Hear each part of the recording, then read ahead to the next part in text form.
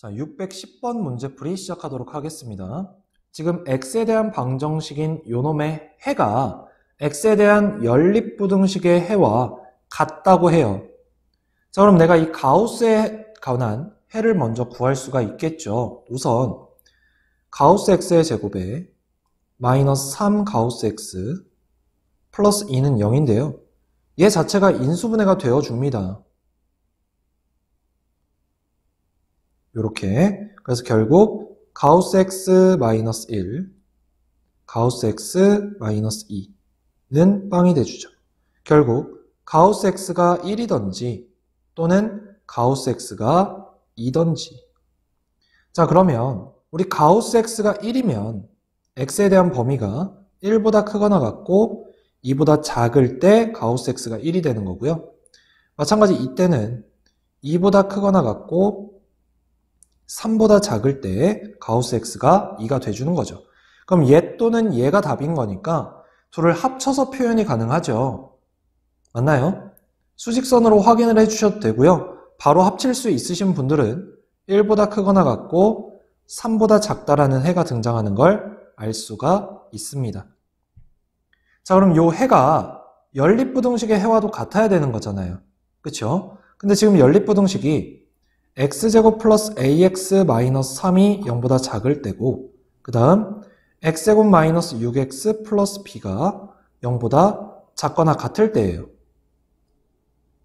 맞나요? 자, 그러면 여기서는 수직선으로 표현을 했을 때 둘 다 비어있는 형태로 사이값의 범위를 띌 거고요. 얘는 둘 다 채워져 있는 형태로 사이값이 나와줍니다. 자, 그럼 얘를 합쳐서 수직선으로 표현을 했을 때 지금 해를 보면 오른쪽에 등호가 들어가 있고, 오른쪽에 등호가 빠져 있고 왼쪽에 등호가 들어가져 있잖아요.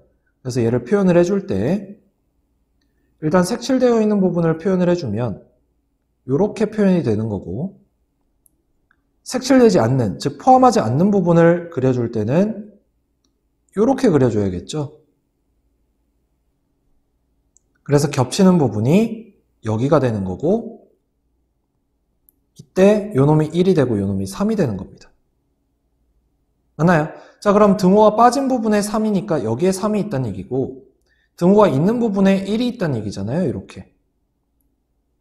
맞나요?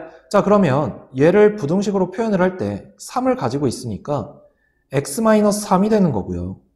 지금 상수항을 보니까 마이너스 3이 나오려면 x 플러스 1이 되면 되겠죠?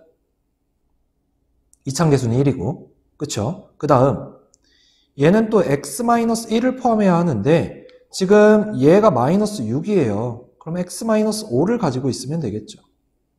이차계수 또 1이고요. 됐나요?